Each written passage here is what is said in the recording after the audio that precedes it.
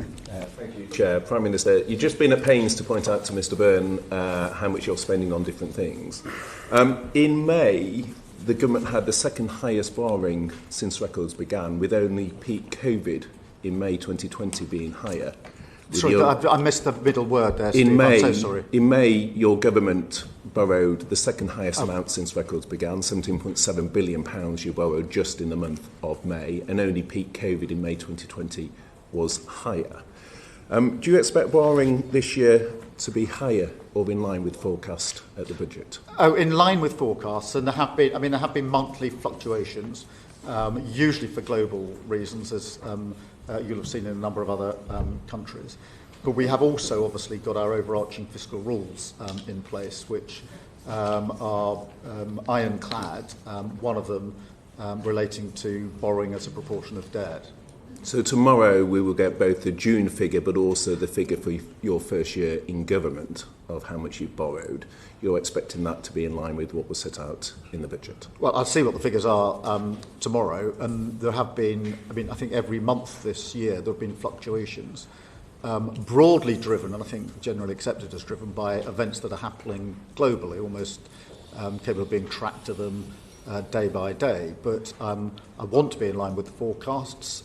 We've got the fiscal rules in place to ensure that we are in line with the forecasts. Well, the spending decisions you're talking about weren't global factors, they're national decisions. At the spring statement, the OBR found that there was a £14 billion deterioration in the fiscal forecast, the fiscal outlook from between the budget and the spring statement.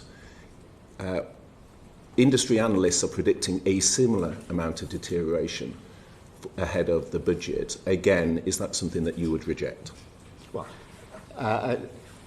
my experience so far has been of different predictions almost on a weekly basis as we get into the final stages of the budget, which is why I think it's important to see them over a slightly longer term and see what precisely those forecasts are when we get to the autumn. And I don't say that frivolously. I was very concerned only a few weeks ago when the conflict in the Middle East looked like it was going to escalate rather than de-escalate. I was very concerned about the impact that would have on oil prices and on our economy as a result. And therefore, I do think it's important for us to see this over a slightly longer term. We're tracking it, as you'd imagine, people would accept very, that very slight closely. variations. What I'm trying to tease out is whether there's a trend, and you're rejecting, for example, pretty widely accepted industry analysts that there's an expected further deterioration. For example, ING had predicted a further 14 billion. You're saying that's quite wide of the mark. Well, let's see what the OBR's forecasts are in the autumn. Right. As I say, my experience is that those forecasts change on a pretty regular basis, often according to external factors, and trying to guess now what the forecast might be in the autumn is fraught with all sorts of difficulties. Fine. In terms of consistency then, given other things change, is it reasonable to say, with regard to the fiscal headroom that you set out, that as a point of principle, you feel that there should be a reasonable amount of fiscal headroom?